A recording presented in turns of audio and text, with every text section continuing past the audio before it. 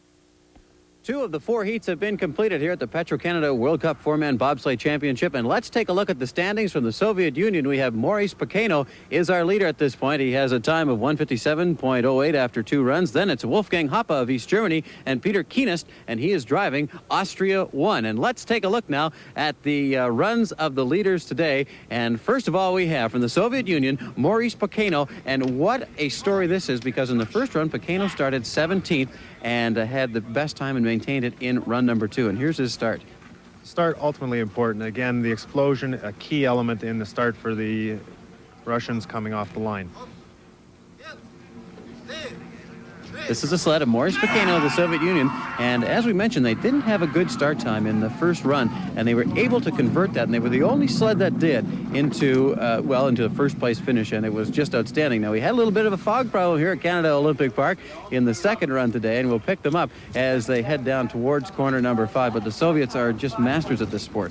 They are masters. They can come out. They're experimenting here still in Calgary. The number 2 and number 3 sleds are experimenting. They're doing weight trials here. The first team here is being very serious about it. They're taking some corners. They're taking a higher line, trying to get out of the ruts that were formed in the first run, set themselves up, maintain the speed into the Kreisel, exiting the Kreisel and taking advantage of that speed. You can see they went into the Kreisel here at 117, almost 118 kilometers an hour. That Kreisel, 270-degree angle, over 4 Gs. Now they're coming through the labyrinth home here. Lower labyrinth, a key element. Any touching, any scraping at the bottom there, unless you have a lot of time, a lot of speed coming through, you're going to lose it. And this is Maurice Pacano of the Soviet Union, and there was his run, 58.55 in his second run today for his total time of 1:57.08, and that's Soviet Union sled number 1. Incidentally, the other 2 Soviet sleds have been disqualified here because of weight problems, and here's a little bit of a look at Pacano in action. Pacano, he's a great driver. He's showing consistency. He's taking a high line here, making sure that he does not touch the drive ruts that were established in the first run. And Maurice Pacano of the Soviet Union, and there he is after his run, and he is in the lead after 2 of the 4 runs. The guy with the best time after the 4 runs is the winner. This is the sled of Wolfgang Hoppe. He was a double gold medalist in Sarajevo in 1984. Hoppe, you can never count him out. He's right in there. He can be back as far as in 6th place and come back. Hoppe, with the rest of the East German team, they are so consistent. They have a constant explosion at the start. They get in as a unit. They train. To this point, they probably have 1,000 runs under their belt. Now, that compares to about maybe a tenth of that for Canada in terms of preparing for an event like this. The norm has been for those type of results coming back from the Canadians. However, we have to keep in mind we're setting up towards 1988. 88 is the key here. That's what we're looking at. Of course, the ground here in Calgary this week was so hot. As I mentioned before, we did have temperatures about 20 degrees Celsius, 72 degrees Fahrenheit. So the ground is warm and had a little bit of a snowfall overnight, and the ground was warm, the snow is cold. That's causing a little bit of a fog problem. But here we see Hoppe coming down the straightaway, and you'll check his time, 116, almost 117K, and the G-force there is over 4. It's a terrific impact. The impact, he's got to carry it through. He's got to maintain that speed right down through the finish corner, and there's no fooling around. The crew have to be with him. They've got to help him wherever they can. Of course, for these teams, the European teams, this is their last real good chance at practicing on this course where the Olympics will be held next year. That's true. It's tradition that the host country allow the teams on for one pre-Olympic event, and then it's our option if we want to keep them off right through to the last minute. Of course, you saw Hoppe as being first there, but Pacano came down after he did, and Wolfgang Hoppe went into second place. His time was 157.31. Now, this is Austria 1. Peter Kienast is the driver here, and Kienast is a very consistent driver. There's actually a tie for second between Wolfgang Hoppe and Peter Kienast. Kienast always in the top 5. He's very, very consistent. This is his type of track. It's so close to Innsbruck. It's got a Kreisel corner. It's got a lot of technically sound corners like corner 4, 5, and 6 here. That the Austrians thrive on this type of a course. As we watch the Austrians come down, this track has a combination bob and luge track, but the bob track has its first 4 corners all to itself, and then it joins. It's, as you say, an artificially refrigerated track. There are 80 kilometers of refrigeration piping, and it has really been a credit to this course and to the designer that it has withheld the weird weather we've had. 20 degrees Celsius, and they can hold ice on the corners with the wind going through. Amazing, and we all have to thank the Olympic Committee and the people who worked on the course here to keep it at this level. And certainly the competitors like it. And this is Peter Kienast in a tie for second place with Wolfgang Hoppe behind Maurice Pacano of the Soviet Union. Tomorrow there will be 2 more runs, and of course that will determine the winner as we see Peter Kienast come across the finish line in Austria 1. Well, of course, we had 4 Canadian sleds involved in this as well, and we'd like to show you 2 of them. We have Greg Haydenluck and Dave Ludy, and Greg Haydenluck is in 20th position. And let's have a look at Greg Haydenluck. He is in Canada 1, or Canada 2, for David Ludy is who we'll see first. I am sorry, David Ludy is in 20th position right now. What about that finish for Canada? A little disappointing, but we have to consider that the best are here.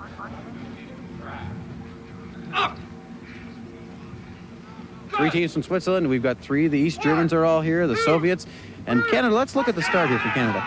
Canada, again, they're getting their starts together. It's their experience from a 1-year standpoint only. They've got to get in the sled a little quicker.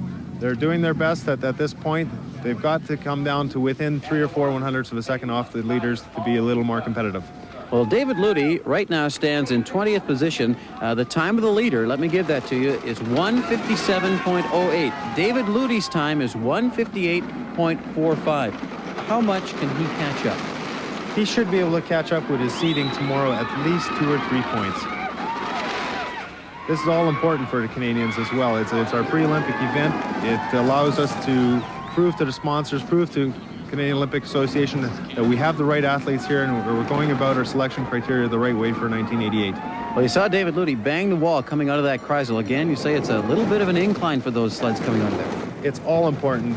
It's predicted that the Kreisel corner will force the individual teams to do a little research work on their aerodynamics to make sure that they do not lose any time, any speed going through the Kreisel with that uphill exit.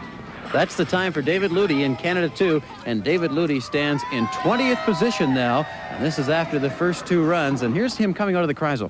He comes out a little late, forcing him over to the left-hand side as the drivers look at it and losing time at that point. David Luty, 27-year-old from Toronto. He's a banker, and he's the driver. Now, here is Canada 1, and this is Greg Haydenluck. And Greg Haydenluck is in 18th position. And, of course, I guess if you're looking at the bobsleigh community here, Haydenluck and Luty are going to be, and maybe Chris Laurie, who's injured, are hopes for a medal. They are hopes for a medal. We are in a position now, keeping in mind that in most races there's only 2 teams from each country. We're in a position now to finish in the top 10 fairly consistently. If we can crack the top 10, who knows? We can come down and have a couple of good runs, put a good start time together, and be in a medal position. And you can hear the yelling as Greg Haydenluck's Canada 1 sled gets underway all the way down this 1,400, almost 1,500 meter course at Canada Olympic Park. Again, we ran into a little bit of a fog problem today, and that's caused by just the weird weather we've had out here in Calgary. But let's pick up Canada 1 as they come down with driver Greg Haydenluck, and he's the experienced guy here. He has the experience necessary to carry us in through this World Cup and into 1988, into the Olympics here in Calgary. The points and the experience that he's gained on the World Cup circuit are invaluable to the Canadian Association. Greg is experienced now. He's going to carry that through to the end of this course here, and he's not too worried about being a little farther back in the pack than where he wanted to be. A couple of weeks ago in Lake Placid at the World Cup event there, and albeit we had some of the Eastern European teams and the Soviets skip that, Haydenluck came in second there. A big boost for his confidence. A tremendous boost for his confidence, and also allowing him to move into the first seed here in Calgary, an advantage that we've never enjoyed in the past. And that's Greg Haydenluck, and of course we'd be remiss if we didn't mention another person in 22nd place, Dennis Marineau. Dennis, a great up-and-comer. Dennis, we hold a lot of potential in here for him. Bobsledding looks to be what Dennis is enjoying, and we hope that he'll be able to carry it through into 1988 and off into 92. Okay, and that wraps it up for the first 2 runs here today. And be sure to join us tomorrow for the final of this Petro-Canada World Cup 4-men bobsleigh championship. It's at 5 o'clock in most regions of the country, but check your local listings. We'll see you then. For Brian Vachon, I'm Jeff Hutchison. Goodbye from Calgary.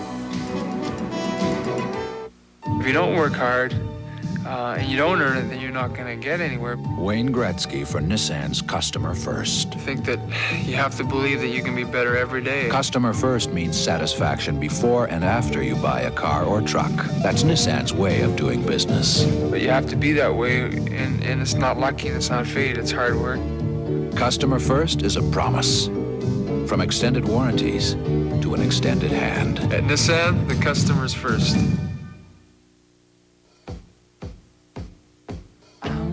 To make you so tasty, I want to be part of you. I want to make you so tasty that no one else will do. They call me mellow yellow, just butter it. They call me mellow yellow, yes, butter it. They call me mellow yellow.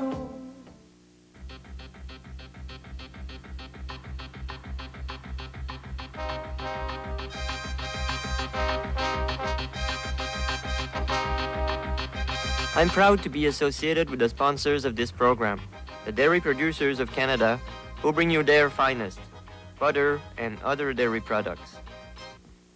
During the Canada Cup hockey tournament in 1984, Canada proved that its best players could indeed defeat the best European teams, including the Soviets.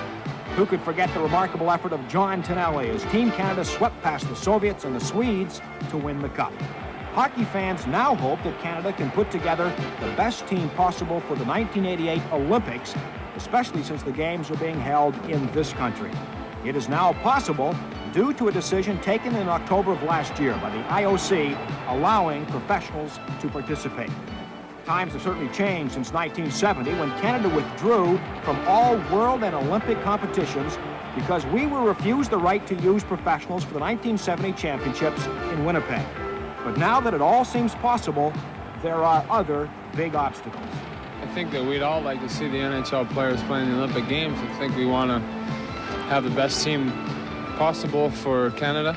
I don't think it's ever going to happen. I think the NHL's got too much money invested into their club teams and the individual players that people like our owner, Mr. Pocklington, I think would be trying to discourage our players from going. My first obligation is the Edmonton Oilers, but if it was worked out that I missed no games, then I would love to play, but I have to worry about the people of Edmonton and the city and, as I said, our team. Jean Perron is also well aware of the problem, having been an assistant coach at Sarajevo in '84. He says he would like to see the best players at the Olympics in '88. We have a world reputation to uphold, but still, there are those problems. I'm very patriotic. I'm very much a Canadian, and I'd love to see us win a gold medal for Canada. I think it's a very difficult situation to get involved in from a professional point of view because of the involvement that I have with the National Hockey League and with the Edmonton Oilers. In the meantime, our national team continues to practice and play in international tournaments and meeting from time to time the best from the Soviet Union. Dave King and Guy Charon will be counting on the players they already have, realizing that they'll likely get no help from the National Hockey League, but never before has a Canadian Olympic team been so well prepared. And maybe Canada can accomplish what the Americans did at Lake Placid. The dairy producers of Canada, who bring you butter and other dairy products, are proud to sponsor Canada's Finest 88.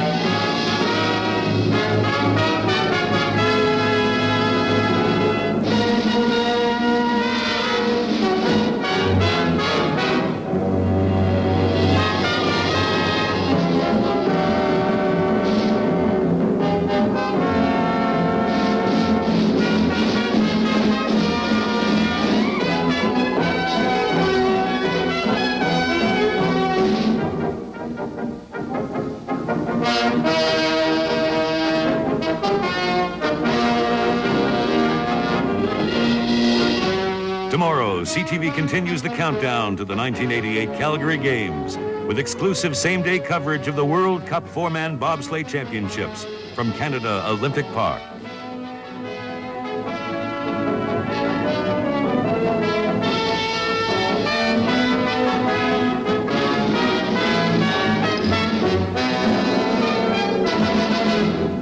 This is the CTV Television Network.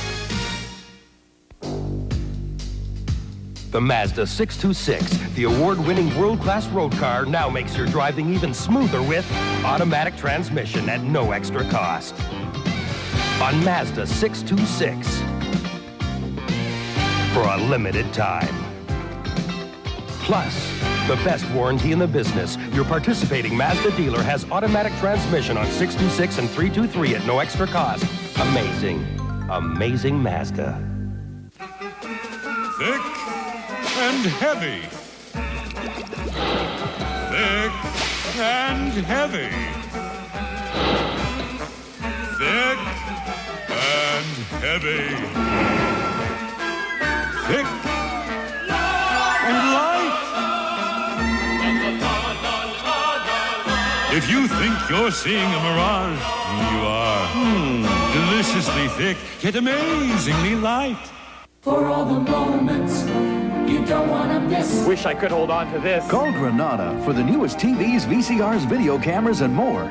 Wish I could see the new movies at home. Time for Granada. Call Granada to buy, lease, or rent a new stereo TV or VCR. Wish home entertainment were more exciting. Granada makes it easy. Buy, lease, or rent whatever you want today. Let Granada show you how to have it all and have it now. Call Granada today.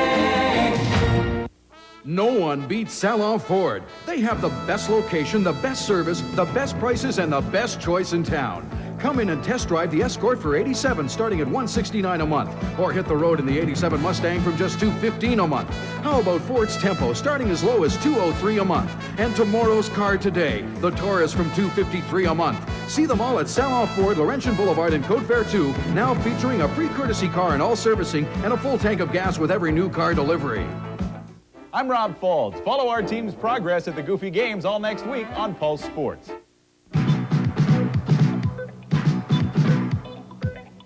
Brian Britt. Weather. Is more than any supermarket.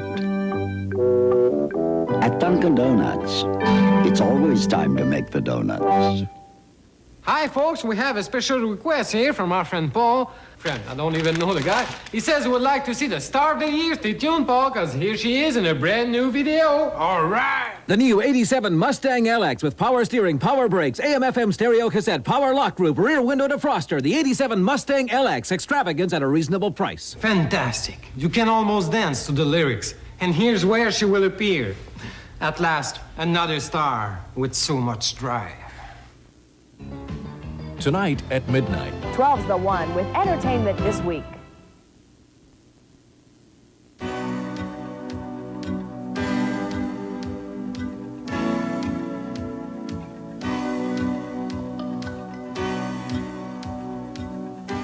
The Petro-Canada World Cup Bobsleigh four-man competition. Another event in CTV's pre-Olympic coverage. Brought to you by Petro-Canada dealers and agents across Canada. Our energy is Canada. And by General Motors of Canada, who say, join us at the 1988 Calgary Winter Olympics. And by Molson, a proud sponsor of 12 national teams preparing for the 1988 Olympic Winter Games. Good afternoon and welcome to Canada Olympic Park in Calgary. I'm Jeff Hutchison. Nice to have you with us today for the final run of the Petro-Canada World Cup four-man bobsleigh championship. Joining me today to add expert commentary is Brian Vachon. Brian is a former Canadian bobsleigh Olympian. He was a brakeman in the 2- and 4-man bobsled in Innsbruck, Austria in 1976, the driver for our 2-man sled in Lake Placid in 1980. And Brian, we've got a wonderful first-class facility here to hold this event in, and we've had some pretty strange weather these past weeks. Strange weather. We've had 20-degree temperatures, which really tested the facilities here. The Olympic Committee and the organizers here and the track workers have done an excellent job to get the track in tip-top shape to hold this weather. And now it's turned cold, and we'll see the best racing possible. Cold is right. We've got a temperature today of about -6. That's the coldest we've had since Thursday when it was 20. So we've had quite a temperature variance. And we also have something else that is perhaps natural to the sport besides the cold weather. We've got the Soviets, we've got the Austrians, and we've got the East Germans all right up there. Really no surprise. They've come loaded down with talent. They've got 3 teams each here. They're here to test the track. They're here to make sure that their best athletes are here trying and gaining experience for 1988. And, of course, we have 4 Canadian sleds in this today, Greg Haydenluck and Dave Luty, the 2 to watch out for. Really, the boys here have done an excellent job through the World Cup circuit this year. They haven't been on all the races, but they've tested out the major tracks. They're testing out different team members, and they're taking advantage of bobsledding the way it should be taken advantage of. Okay, now to give you a better perspective of what you're going to be seeing here today on CTV, let's have Brian talk us down through the course. And, Brian, here we are. Let's go to the top. The top, ultimately important, leading into the first 2 or 3 corners, into corner 4 where you get into a 15-degree drop going down the corners, into the Omega corner. Here, you have to make definitely sure that nobody loops it. Down into the Kreisel point here, the entrance of Kreisel, you have 117 kilometers to back you up. Exiting the Kreisel, actually going uphill into the lower labyrinth, corners 10, 11, and 12. 12 again and gaining G-forces, 13, 14, 4 Gs on your body, exiting cleanly, and that's 57, 58 seconds. Of terror, that can be, that 57 or 58, 59 seconds. Well, it can be anywhere with this field that we've got here today. And to show you a little bit better, let's take you down the course now. A run of the East Germans from yesterday. A little bit of fog, but the start is so important. You can win it or lose it here. The explosion. Watch these Germans explode off the line. The coordination there is tremendous. They've had 1,000 training runs. Taking it down to this point, the driver is now thinking of jumping into sleds cleanly, grabbing hold of the ropes, making sure that his number 2 and 3 man jump in right in behind him, smoothly sitting down, no lateral movement forcing them to touch the side walls. Brakeman sitting in clean, going into corners 1, 2, and 3. Those are just a series of counter corners. Corners number 1, 2, and 3, and we had a little bit of fog yesterday, but now into corner 4, they start to pick up some speed. The speed, yes, and 15-degree slope taking him in and forcing him up to speeds of about 117 kilometers an hour going into the Kreisel corner, making sure that they take advantage of that speed and don't hit any walls. Now we're going to come out of head into corner 6 here, which takes us into Omega, which is basically a hairpin turn, and this is where they really start getting some speed. They're exiting 6 here, making sure they enter into the Omega early. Take the height, make sure they don't loop it. Keep a steady line, keeping in mind that the ground is sloping away from them. Exit clean and set up for corner 8. Corner 8 then will lead us into the straightaway, and through the broadcast today, you'll see the time on the upper left of your screen, how fast they're coming down the straightaway into the 270-degree Kreisel. The Kreisel, ultimately important, keeping in mind that you're going to lose some speed. You can't come in at 116, 117 kilometers. You exit at a 5-degree uphill angle. You don't want to shave off too much speed there. A lot of G-force there, and you can see it. They come out of the Kreisel, and this is where they're coming uphill a little bit. Exit smoothly uphill, coming into the lower labyrinth, corners 10, 11, and 12. Riding only as much as necessary. Those are the counter corners, but we did see a little bit of problem there in some sleds yesterday in those corners. A few problems because of the exit of Kreisel. And then you come down to corner 12, where you again get 4 Gs on the body, into counter corner 13 and the finish corner. Now the finish corner, corner number 14, again, they pick up some good speed here, and we've been seeing a lot of low lines. You're trying to stay as low as possible, take a little height early, and exit going uphill, trying not to gain any height. And I hope that gives you a little better idea of what you're going to be seeing today. It's been very exciting out here during the training runs and during the first 3 runs. So sit back now and enjoy as we bring you the 4th and final run of the Petro-Canada World Cup 4-man Bobsleigh Championships. And let's go to the top of the hill. This is the sled of Switzerland to Ralph Pichler. And just let's explain what's happening here. They will run from 11th place to 1st place based on aggregate time on the first 3 heats. So Ralph Pichler from Switzerland stands in 11th place right now, and he is behind the leader, who is Maurice Pacano of the Soviet Union. He's maintained that after the first 3 heats. Here's Ralph Pichler from Switzerland. Ralph has a brand new crew with him here today. The Swiss have made a tactical gamble. They've put the best pushers in with Hans Hiltebrand to get him a medal. 5.39 is the start time, and that's not a bad start time for Ralph Pichler. His best start time had been 5.25, and as we mentioned in the opening, the start is where this race can be won or lost. This is Switzerland 2. Ralph Pichler stands in 11th place, and that is after 3 runs, and of course the sled with the best time after 4 runs will be the winner. And right now Maurice Pacano of the Soviet Union has a 64/100th of a second lead, which is a great lead over second place Hans Hiltebrand of Switzerland. We watch them come down the straightaway at almost 118 kilometers an hour through the 270-degree Kreisel. This Kreisel is ultimately important. The race here today will be won or lost on the Kreisel corner. You actually exit at a 5-degree uphill slope.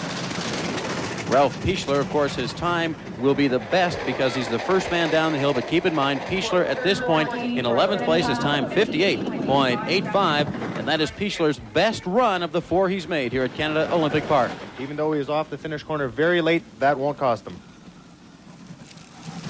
Ralph Pichler of Switzerland driving Swiss 2, 58.85, and his best run down, it shaved almost 15/100ths of a second over his previous best time. Back to the top of the hill now for Ivo Ferriani of Italy, 27-year-old student. He stands in 10th place at this point, 1.67 seconds behind the leader. His best start time has been 5.28, and that came in the first heat yesterday. Ivo has been a very pleasant surprise for the Italian team here today. He's been consistent all week. He's running with that consistency into the 4th heat. 5.46 start time, a little bit slower, but we saw the start times in the 3rd run earlier today a little bit slower than they were yesterday. And so Ivo Ferriani of Italy driving Italy 1, trying to catch up some of that 1.6 seconds that he's behind our leader. He was 4th place in the European Championships in 1987. The starts will be a little slower today, but we have to keep in mind that they were faster yesterday because the weather conditions were warmer. And we've had some weird weather conditions here in Calgary, but we're at -8 degrees now, and the track is in excellent shape. Down the straightaway, the time on the top of your screen is the speed down that straight into the Kreisel. The Kreisel, again, ultimately important. You get into the Kreisel, and there's an optical illusion. You really want to pull off too early. You're on that corner for 5 seconds. You have to maintain a consistent line and shoot towards the exit. 270 degrees is the turn as Ivo Ferriani heads for corner 14. G-force here of over 4. And let's pick up the time, 59.19 for Ivo Ferriani of Italy. That's his best run down the course, but it's not good enough to move him up too much. That's his last run down. The crew, you'll notice here, the crew are standing up. They have been taking a beating on this course all week long.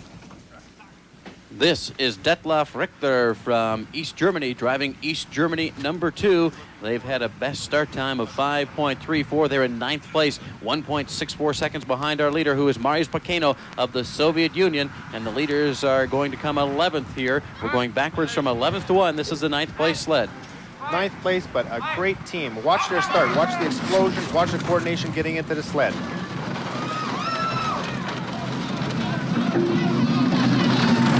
Very good crowd here at Canada Olympic Park as winter-like Olympic conditions have set in, and the people of Calgary have to come out to see this Preview 88 event. And there's a good look at them there, and there's a good look at the first three counter corners, number 1, 2, and 3, and corner 4 is where we're going to start to pick up the speed. Pick up the speed, 15-degree downward drop leading into the corners before the Kreisel corner. No mistakes can be made here. Almost impossible to catch a leader when you're over a second and a half behind, but Detlef Richter's best time has been 58.61 seconds, and he's certainly hoping to move up because the lead that Volcano has at this point is 64/100ths of a second. So from second to 10th are bunched up. Let's watch them as they come into the finish corner here today. Notice the alignment of the helmets. They have to stay totally in line. Any vibration will cause, because they're entering ruts, will be represented by the helmets shaking. And those helmets have got to stay straight. You don't want any lateral movement moving the sled up. 59.116 for Detlef Richter of East Germany, and he has temporarily moved into second place, but he did not improve on his best run, which came in his second run yesterday. And we'll be back with more of the Petro-Canada World Cup right after this.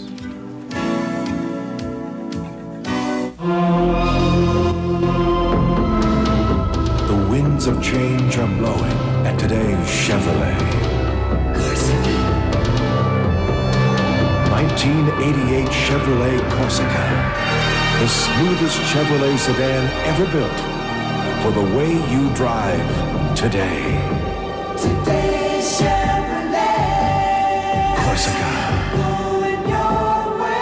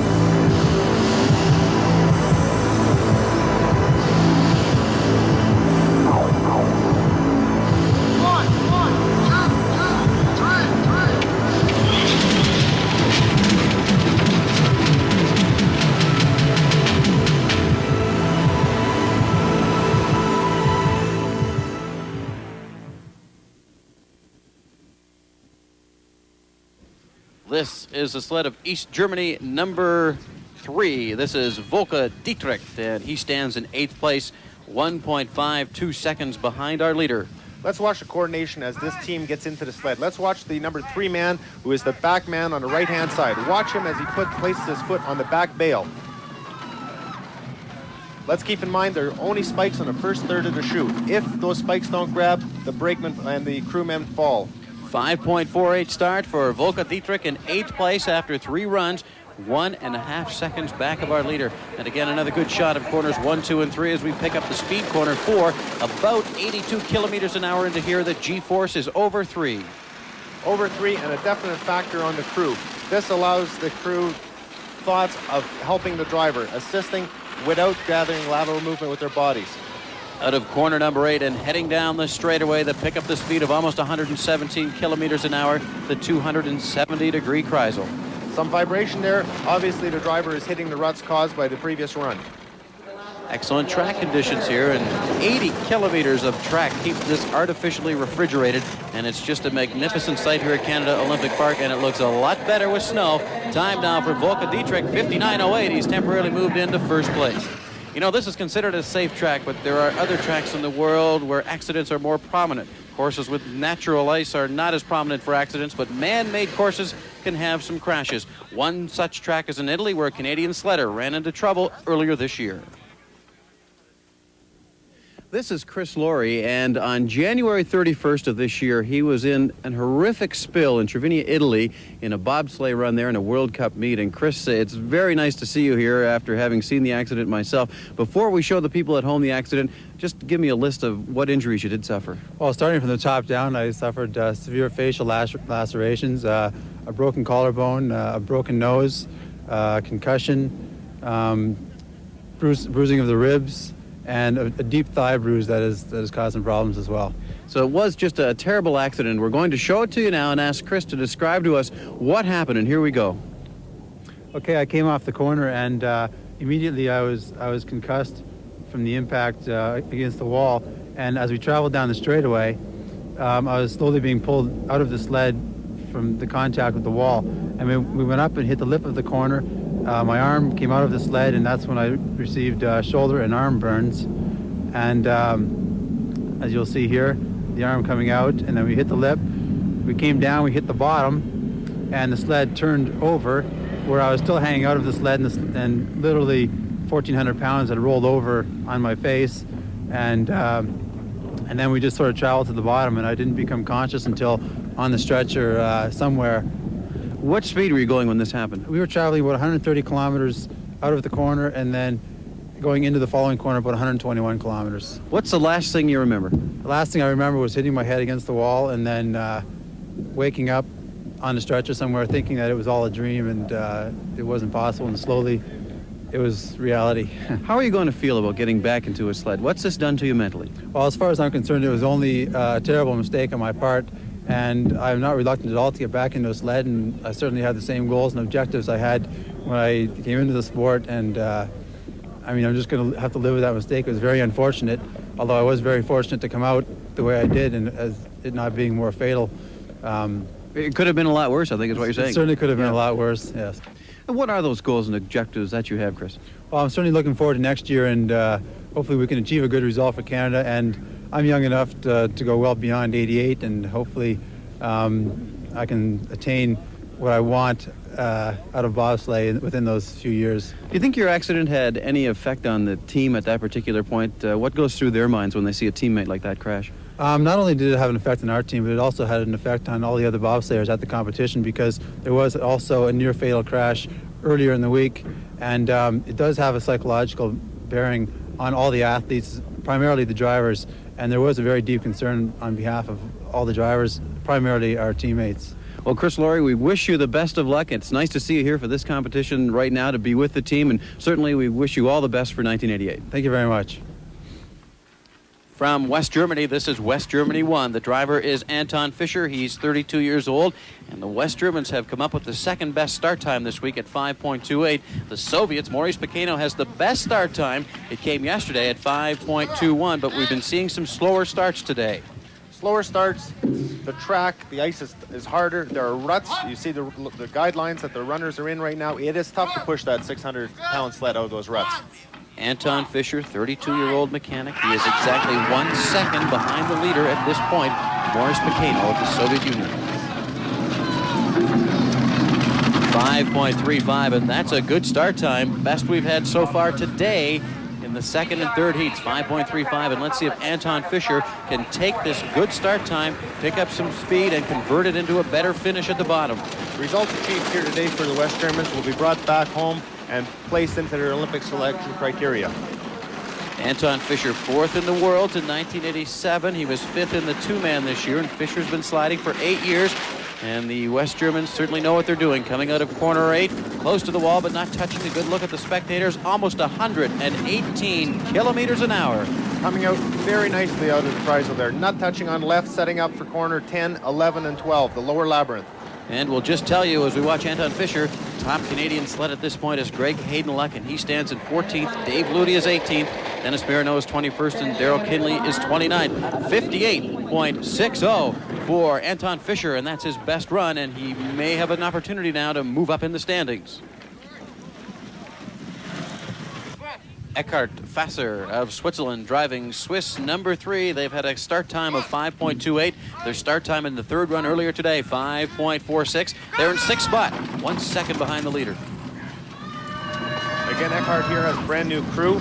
They've loaded up for Hans Hiltebrand, and the Swiss are proving here with a 39 start time that their crew is interchangeable. Hans Hiltebrand still to come. Hiltebrand, the old man of bobsleighing, stands in second place. His work cut out for him to catch the leader.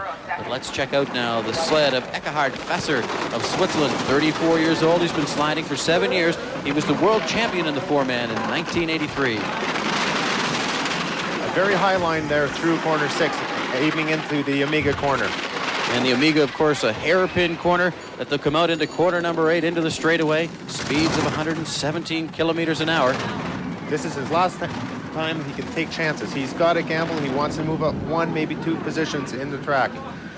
Heading through the lower labyrinth now, corners 10, 11, and 12 into 13. And when they hit that finish corner, number 14, the G-force there is about 4. And this is Eckhard Fesser of Switzerland. The time, 58.85. Not a bad time for Fesser as he temporarily moves into second place with the top 5 about to come now from Canada Olympic Park in Calgary in this World Cup bobsleigh competition. Now from Austria, this is Austria to Ingo Upplet, 25 years old, a real up-and-comer for the Austrians here. He's had a start time of 5.38. He had those on his first 2 runs. Again, we can't impress enough on how the race can be won or lost at the start. Won or lost at the start. The Austrians know this type of course. This is just like Innsbruck. It's a little faster in Innsbruck. There's a few more technical elements. They have a Kreisel. They have an Arrivo corner just like here. The Austrians thrive on this.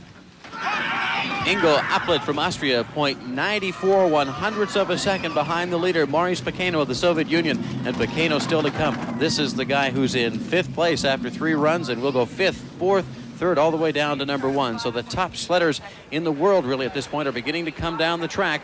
And this is Ingo Upplet. He's the European junior champion in 1985 and 86. He's been sliding for 6 years for Austria. Still a rookie in terms of European conditions and experience. However, he's converting that status into some valuable experience here. Ingo Upplet, and you can see that hairpin Omega corner as they really begin to pick up some speed heading into the straightaway. Many misconceptions here on the course. The course drops at 15 degrees to the horizontal at some points, and you feel like you have to gain more height in corners than you really have to. A little bit of a problem on that straightaway for Upplet, and a little tick like that can cost you precious 1/100th of a second. We'll see if it costs him, but his 1200 meter time is behind the best time today.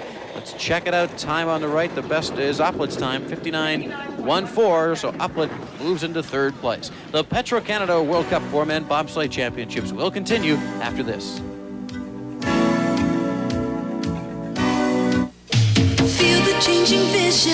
Listen with your eyes. Push hard enough to bend, not enough to break. A spirit burning cool, it's an easy give and take. It's a new attitude. Coors beer, easy tasting, easy going cool. Coors beer, easy drinking. Easy going Coors, it's a whole new attitude. Easy going Coors. Easy going Coors. John, Sammy, the Jag won't be in till Monday, sorry. John, it's Dave. Looks like your boat needs a brand new keel. John, Derek here. Sorry, but I can't make our squash game. Later. There's one indulgence that never lets you down. Score. Rich milk chocolate with a crisp toffee center. John, darling, it's Angela. Dinner's off. Derek invited me to play squash. Score. Indulgence you can trust. In recent studies, one group used the leading mouthwash, another Lavoris. The result, Lavoris was more effective at reducing bad breath. To appreciate how much more effective, we suggest you do your own field research. Millions who've watched the Topol Smokers Test began to use Topol and saw how brushing twice a day with Topol helps get teeth cleaner and whiter. So keep Topol on your toothbrush and you can keep your handkerchief in your pocket. Topol, use it every day. This is Jeff Hutchison along with Brian Vachon at Canada Olympic Park in the Petro-Canada World Cup 4-man bobsleigh championship. We are looking at the sled of East Germany 1. This is Wolfgang Hoppe, double gold medalist at the Olympics in Sarajevo in 1984, 85 and 86 world champions in 4th place. It's a surprise to him to be back in 4th position.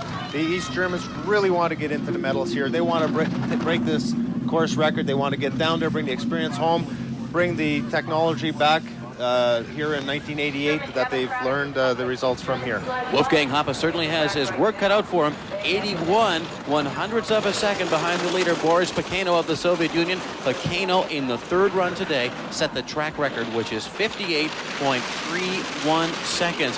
And the 400-meter time for Wolfgang Hoppe is not up to what the best time today has been so far. Let's watch him come down the straightaway now. Wolfgang Hoppe, good line down the straight. Clean, entering Kreisel on the right-hand side, keeping a low line, trying to stay from rising up too high in the exit. Clean into 10 here. Exiting 10, up a little on 11, just touching as much of the ice as he has to come out clean.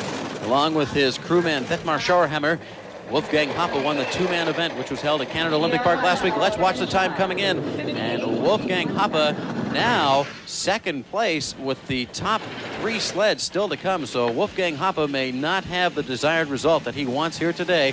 Wolfgang Hoppe of East Germany, what's he going to think after that run? Well, he knew he wasn't going to move into first position. Sitting here in second place right now, that's where he wants to be. The pressure's back up at the top of the hill. It has to go back up to the top. And we will go back to the top of the hill to find Peter Kienast of Austria. He'll be driving Austria #1 as we look at the crew of Wolfgang Hoppe. Congratulate him on that run. Here's Peter Kienast from Austria 1. Of course, Kienast and Hoppe were tied after the second run yesterday for second place, but Hans Hiltebrand had a magnificent third run to bump these two down, and Kienast ended in third. Wolfgang Hoppe ended in fourth spot. Kienast is 30 years old, and he's usually in the top 5. He's pretty consistent. That's absolutely no surprise. The Austrians, again, have the experience on this type of an artificial course. They thrive on it, like I said before, and the starts, you'll see how they push out of the block here. Best start time, 5.30. Check the time on the right. Peter Kienast of Austria trying to improve to second place. 5.45, but we've seen slower start times all day today, but the speeds and the time at the bottom have been better. It's a little disappointing for the Austrians, but let's keep in mind that they've been sliding here all week. That crew has been taking a pounding. They're bruised. They're putting out, and 5.45 is not a bad time at this point in the week. Kienast 80/100ths of a second behind the leader. He's Austria's two-man champ. He was second in the four-man in the Worlds in 1986. He's got some experience. Let's bring it down now into corner number 8 and down the straightaway. The time here is 36, the 800-meter mark. Almost 118 kilometers an hour. Clean, smooth. He's hitting runner lines, though. Ruts caused by previous sleds. That could cost him a little bit of time on this course. He is a little behind the 1,200-meter time of the best sled today. Peter Kienast in third place as we began the run. This is corner number 14 coming to the finish line, and Peter Kienast, third place for Peter Kienast, so he did not move ahead of Wolfgang Hoppe with that time. Total time 3:55.14 for Peter Kienast of Austria, and a little bit slower times now as the course gets used a bit more. Used, a few more vibrations. They really have to make the decision now. Do you go above the ruts? Do you stay in the ruts, or do you go below them? Most of the drivers, when they face this situation, have been going above the ruts. You hear the buzzer, and that means that there's 1 minute for Hans Hiltebrand driving Switzerland 1 to be prepared. They look like they're ready to go now. 42-year-old Hans Hiltebrand. This is the second place sled, 64/100ths of a second behind the leader, Maurice Pacino, who is next. This is the best crew that Switzerland can muster up for this World Cup race here. Their experience, they know how to get in a sled. A 5.35 start is excellent. We'll see what Hans can do with that push. An excellent start today for Hans Hiltebrand, 42 years old. He's been sliding for 17 years. He was the world champion in the four-man in 1987. Two-man 10 years earlier, 1977. A little higher there through corner 4. Would Hiltebrand have elected to take that higher run to try and pick up a little more speed and stay out of the ruts there? Trying to. That's the Swiss' strategy here. They want to stay clean through this whole course. There's the halfway time, and Hiltebrand just a shade off the best run and just a shade under 117 kilometers an hour. You can see the helmets all on the line there. They don't want to start moving to one side or another. That'll affect the sled. Hans is doing a fair bit of driving here. You notice going into the tries, the sled was moving from one side to the other. He's picking his lines. Hans Hiltebrand driving Switzerland 1, 42 years old. He's an electrician, as I said, sliding 17 years. Check the time. Hans Hiltebrand has moved into first place with the leader still to come with that time. 58.73 for Hans Hiltebrand, and they love it. They love it. Andre Kieser, the brakeman, clapping in the background. Vars Feldman and Erwin Festbein, the other members, and Andre Kieser happy with that run. True, and you can bet bet a few dollars that the cowbells will be ringing in the living rooms back in Switzerland. Hans Hiltebrand, 42 years old, grand old man of the circuit. And now we go to Maurice Pacino of the Soviet Union. Maurice Pacino, the leader. The story here is that in the first run, he was the 17th man down the course in rather warm conditions, and he managed to go from 17th to first, a feat in itself. Definitely, especially with the seating and the weather conditions. Weather has played such an important factor here today. And over the last part of the week, it was 20 degrees here earlier this week. Maurice Paqueno, the track record holder, his start time on the first run, where he went from 17th to first, was 5.21. 5.40 earlier today in run number 3. Let's see what he's got in run number 4. Good start, 5.36, matches the best, whether it's within 1/100th of a second from the best start time today. It's going to be pretty tough for Maurice Paqueno to lose this now. Almost impossible. He's 0.6 of a second ahead of the second place finisher. He's going to take a fairly conservative line down this course.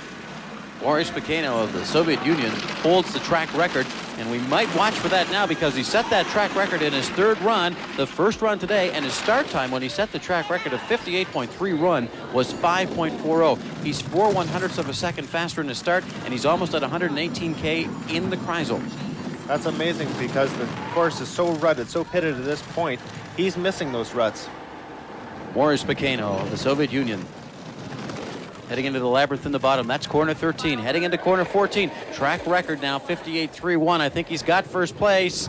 He's got first place, and that's a happy crew of Soviets as Maurice Paqueno, no track record there, but has maintained his first place standing. And with the next sled to come down, the 12th place sled, it looks like Maurice Paqueno will be the victor of this Petro-Canada World Cup 4-man bobsleigh championship. And we'll be back to Calgary with more bobsleigh action right after this.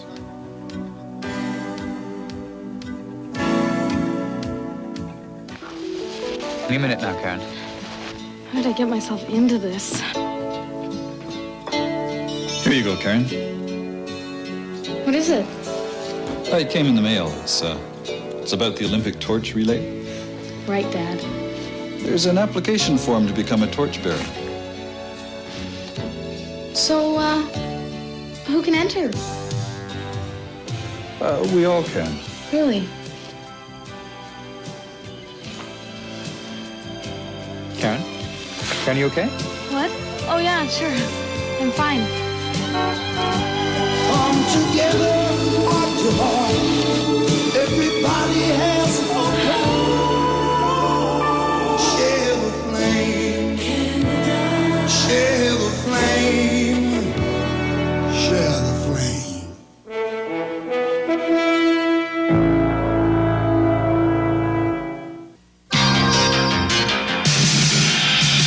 The wind of change is blowing around. Unexpected sights and sounds. It's gaining ground without picking up speed. It's the heart and soul of an easygoing breed. It's a new attitude. Easygoing course. Easygoing course. It's a whole new attitude. Easygoing course. Easygoing course.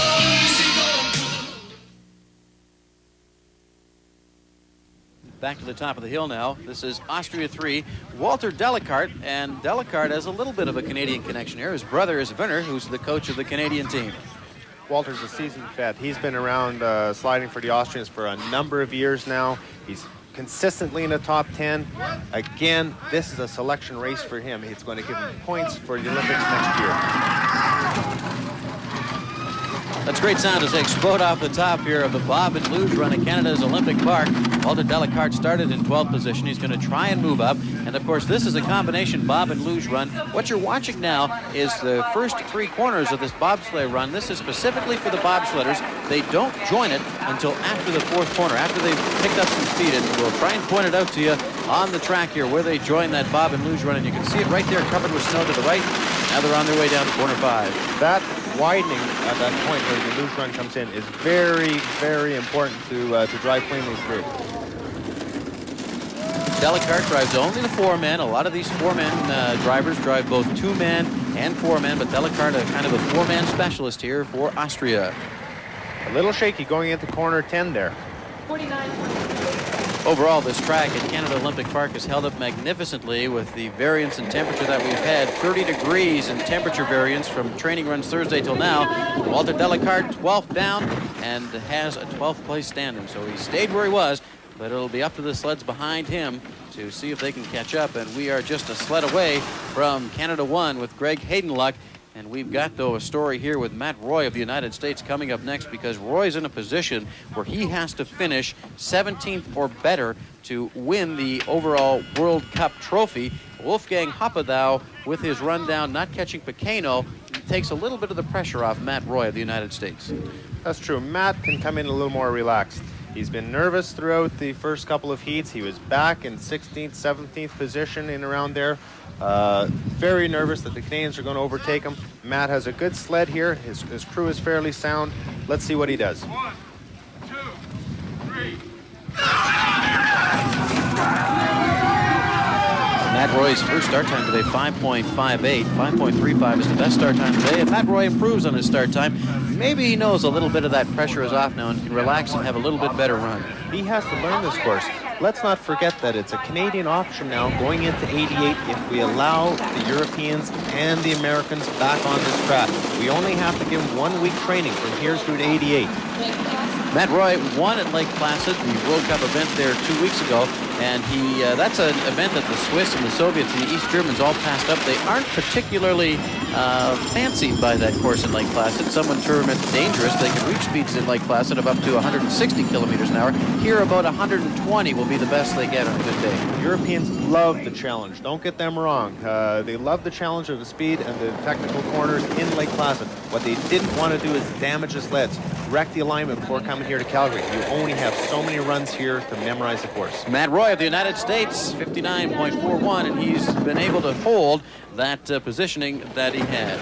Well, earlier today, Brian talked with the president of the Canadian Amateur Bob and Luge Association, Bob Story, and asked him what it means to have this facility in Calgary. Bobsledding in Calgary, bobsledding in Canada, of course, having our own track is it's night and day as far as the program is concerned. It helps so much. It means that we'll have a training center, a venue where Canadian athletes will be in a Canadian milieu. They'll be comfortable.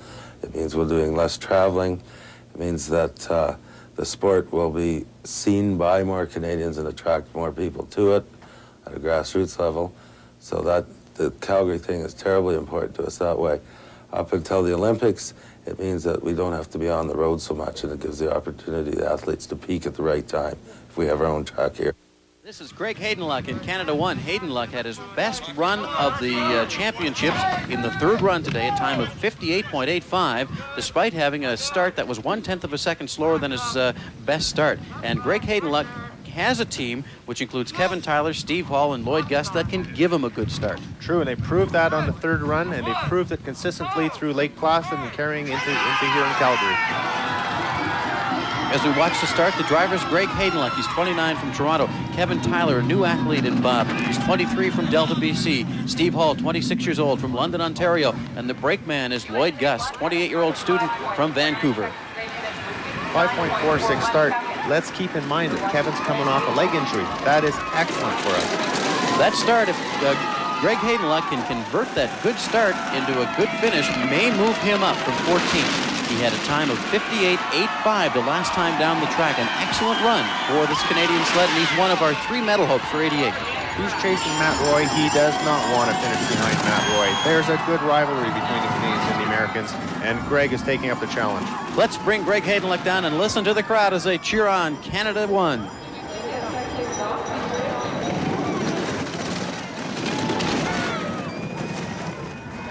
Very clean run so far. Greg's going to be happy. Let's see what results he gets.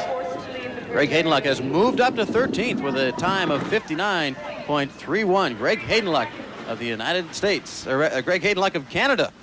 Let's keep Greg in the proper country here because we need him. There's no doubt about it. They want him. So after 14 sleds, Maurice Pequeno of the Soviet Union is the leader with Hans Hiltebrand in second. It is then in third Wolfgang Hoppe and GDR 1 and Austria 1 in fourth and fifth. And we'll be back with more after this.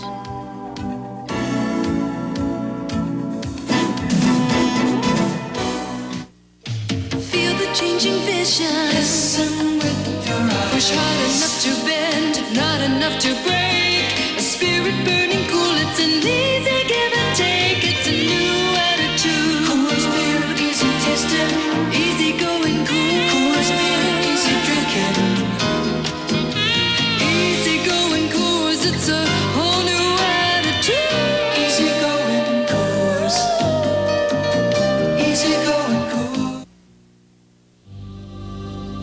essence of bobsledding.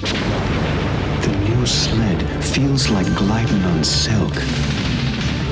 The essence of shaving. This is new Atra Plus, an incredible advance in Gillette shaving smoothness. The Plus is the unique lubricating strip that glides the razor effortlessly. You never felt anything smoother. New Atra Plus by Gillette.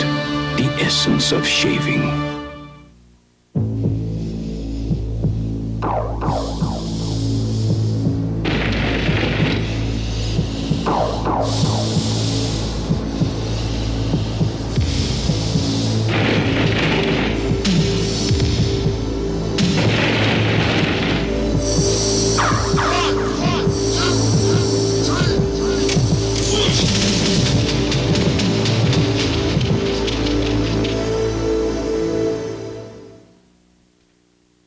To the top of the course again, and this is Nicholas Phipps of Great Britain. He's 34 years old. They are standing 15th after the first 3 runs. Good. 1, 2, 3. The Swiss have St. Moritz as their home course.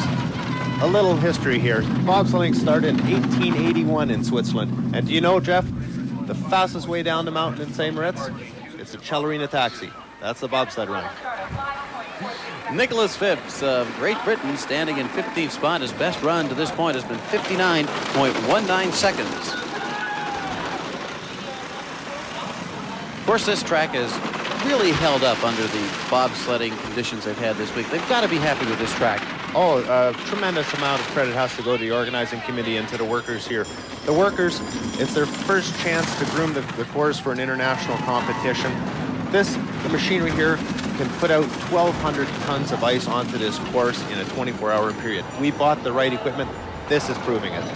Nicholas Phipps of Great Britain as he heads into corner 13 and heads into corner 14. He's 15th after the first run.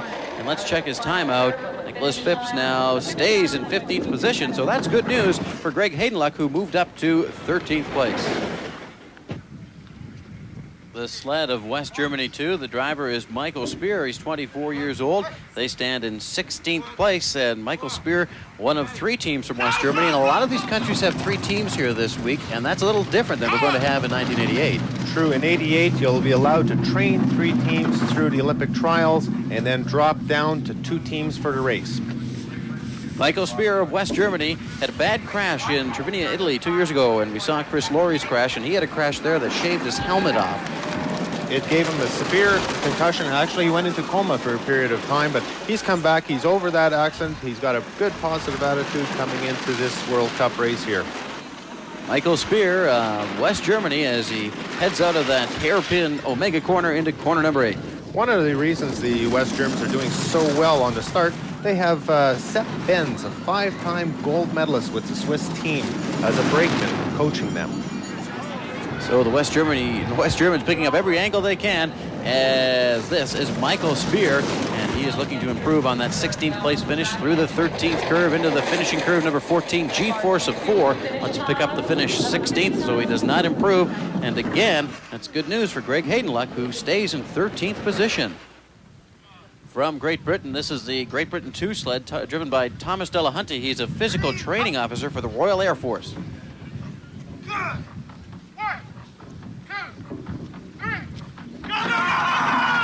5.34 start times in runs 1 and 2. Today they were 5.55 in run number 3, and that cost him a bit. Let's see what they get now. 5.50 for Della Hunty, sliding for 7 years. He crashed in '84 at Sarajevo.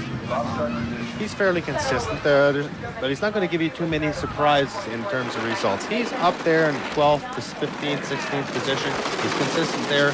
He's looking into getting some better results in '88, but he's going to have to put a lot of work into it. Tom Della Hunty of Great Britain into the Omega corner, the hairpin corner. We're talking 4 Gs on a couple of these corners. I think we should probably give an equivalent sensation. Picture yourself going down an expressway and taking a very, very tight exit at about 100 miles an hour and shooting for a ramp only 4 feet wide. It's quite a sensation that these drivers have to put up with. Split-second timing, split seconds to make a decision. not only do you shoot for that exit, but you're going through weighing approximately 800 pounds. Thomas Della trying to improve on 17th and doesn't, so he stays in 17th place. I spoke this morning with Dave Ludy about his start times and his thoughts on this Olympic track. The start times are a very important element of bobsledding. What does a good start mean here in Calgary? I think on this track, because the top is so flat, a start time, say a tenth at the top, translates into 2 or 3 tenths at the first split clock, and of course that speed then carries itself down the track. So I think it's a critical factor on this track. Weather conditions have changed drastically over the week here. We've seen 20-degree temperatures Thursdays.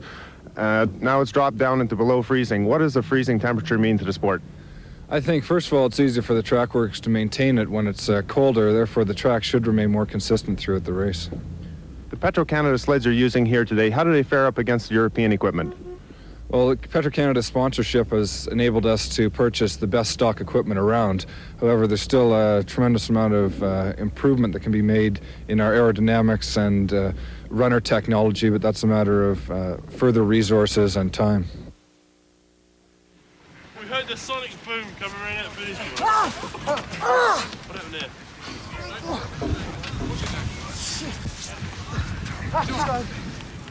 Well, there's Thomas Della and he was getting out of his sled and he slipped and fell, and he looks like he either injured his leg or his back. We won't speculate on anything, but he was getting out of his sled and he must have stepped on a piece of ice and fell. It was a bad fall. It was immediate injury, and we'll see what happens here. Now, to the top of the hill, Dave Ludy from Canada 2.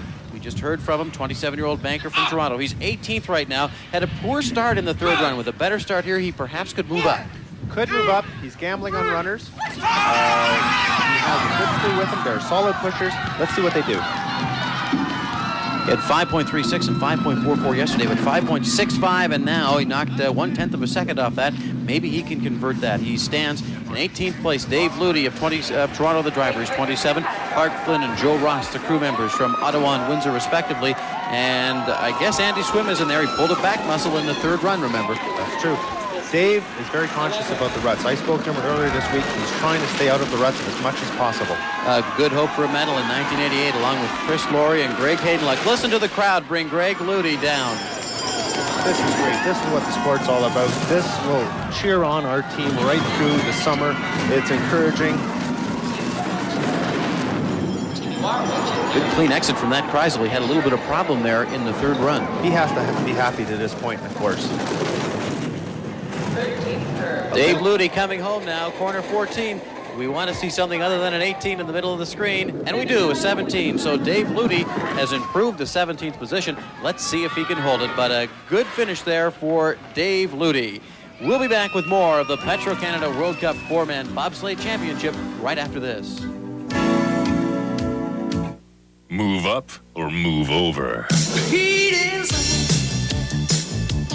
on the street inside your head. It's the Pontiac Beach and the pizza live. Introducing a breakthrough in 6-passenger luxury performance, the all-new Pontiac Bonneville. Oh, oh, oh, tell me, can you feel it? Tell me, can you feel it?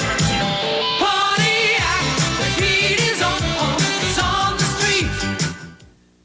Good work, Starship. Why don't you guys take a break? How about a Pepsi? There's only one left.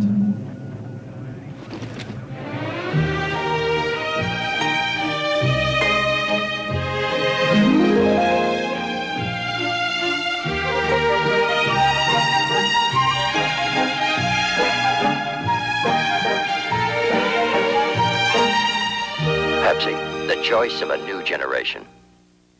In recent studies, one group used the leading mouthwash, another Livoris. The result, Livoris was more effective at reducing bad breath. To appreciate how much more effective, we suggest you do your own field research. Millions who've watched the Topol smokers test began to use Topol and saw how brushing twice a day with Topol helps get teeth cleaner and whiter. So keep Topol on your toothbrush and you can keep your handkerchief in your pocket. Topol, use it every day. Here's Italy 2, a little bit of a Canadian flavor here for driver Robert D'Amico. We've got Brent Berezowski braking for Italy 2. Nobody wants to see a team come over and not have a chance to compete. The camaraderie here is great. It's what the sport needs. It's a developing sport. We're up to about 25, 26 countries in the two-man competitions. We're assisting these Italians in getting all the exposure they can. And it's some injury, or the injury is some good practice for Brent Berezowski. He's the brakeman on this Italian sled, and it gives him a couple of runs down the hill that he might not have gotten with the Canadian entries here today. And he's making friendships here, and that's really what this sport's about. Italy. The sport is very tight. The sliders are there. There's a risk factor on a lot of the corners. They help each other out throughout the season, and again, that's sport. Italy, too, started in 20th position as we are in the fourth run of the Petro-Canada World Cup four-man bobsleigh championships, the first major international event held at this Calgary track out of corner number 8, heading into the 270-degree Kreisel at almost 116 kilometers an hour, and you can see the G-force. In this fourth run, I've noticed that most of the drivers are coming out pretty cleanly in that Kreisel. Is that the previous experience they've got? Coming out clean, but that's at the risk of staying in the ruts. You saw there that the crew was shaking. They were vibrating all over the place. That is hurting them, but it's their last run. 20th place for Italy, too. And now we have a possibility for another Canadian to perhaps move up. Dennis Marineau in Canada 3 is next. We'll just quickly tell you that the fall that Thomas Della took was a little more painful at the time it happened, and he apparently is okay. Now, this, of course, is Dennis Marineau of Calgary, 24 years old. He's in 21st position. If he can get a good push time here, he may be able to move up like his teammates Greg Haydenluck and Dave Luty have in this fourth run. Other team members, the crew is Ken LeBlanc and Ian Armstrong. The brakeman is Brad Norris. Ian Armstrong and Brad Norris were both in the sled with Chris Laurie when he crashed in Italy earlier this year. Not a bad start. That shaved 5/100ths of a second off their first start today. Very respectable. Let's keep in mind that this crew has not been together too long. We saw earlier in the third run that a lot of teams were slipping getting into the sleds. The Japanese fell. It cost them time. The Canadians, great athletes. This is a testimony to the fact that they've been training together and they're getting the exposure that they need. Let's listen now as Dennis Marineau goes down as the Canadian contingent here cheers him on.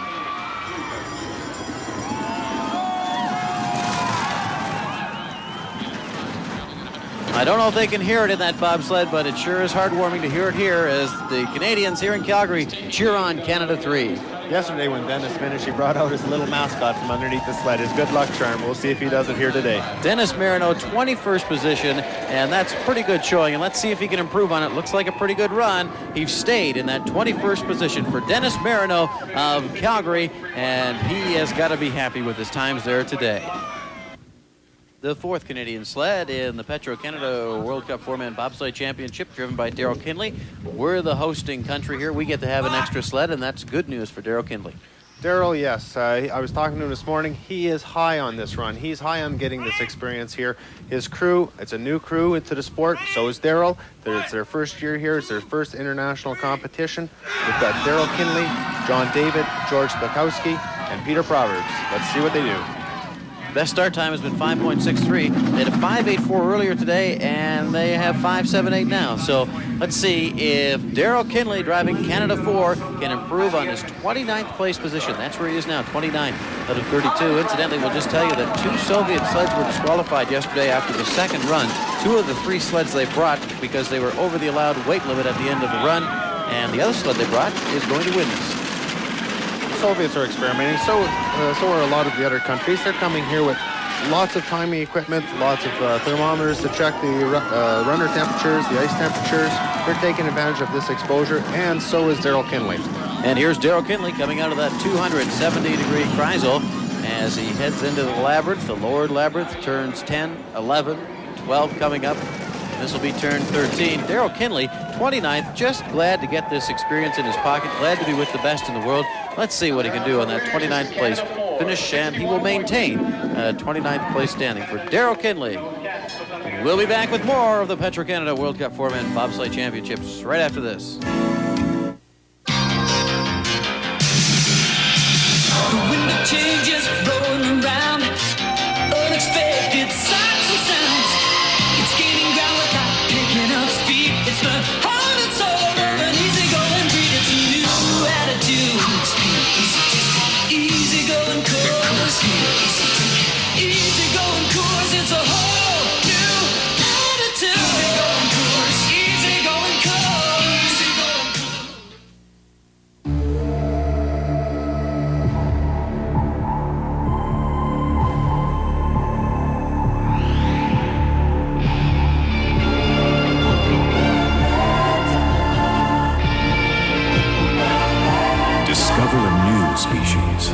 1988 Chevrolet Beretta for the way you drive today. Today's Chevrolet. Beretta.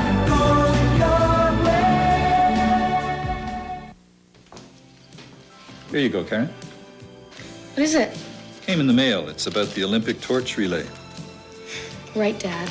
There's an application form to become a torchbearer. So, who can enter? We all can.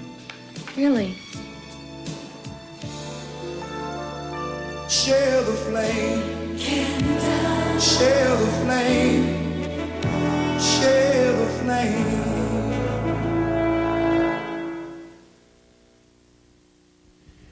The top Canadian today, Canada won, driven by Greg Haydenluck, finished 13th. And Greg, although you were 13th, you were 4th in the third run. Must have been very happy. That's right. Today was a lot better than yesterday. I made a few changes to equipment, and it obviously proved that I had been driving a little better yesterday than I thought I was. And the conditions today were geared for the different changes, and it obviously worked. Quick comment on how Canada can do in 1988. The whole country wants to know. We've got a lot of work to do in the technology, and if all goes according to plan, hopefully we can be a medal contender. Greg Haydenluck, good luck to you and thank you.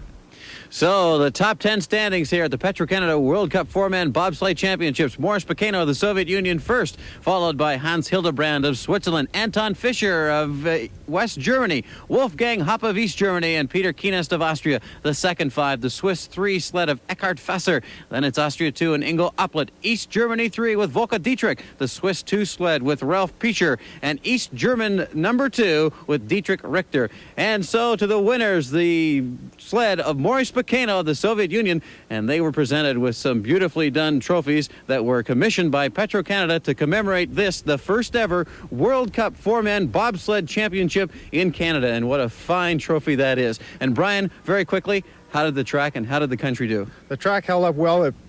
This was our opportunity to prove to the world that we have the track, we have the right people, we have the right attitude to go into 88, and we're looking forward to the challenge. For Brian Vachon, I'm Jeff Hutchison saying so long from Calgary. The Petro-Canada World Cup Bobsleigh four-man competition. Another event in CTV's pre-Olympic coverage. Brought to you by Petro-Canada dealers and agents across Canada. Our energy is Canada. And by General Motors of Canada, who say join us at the 1988 Calgary Winter Olympics. And by Molson, a proud sponsor of 12 national teams preparing for the 1988 Olympic Winter Games.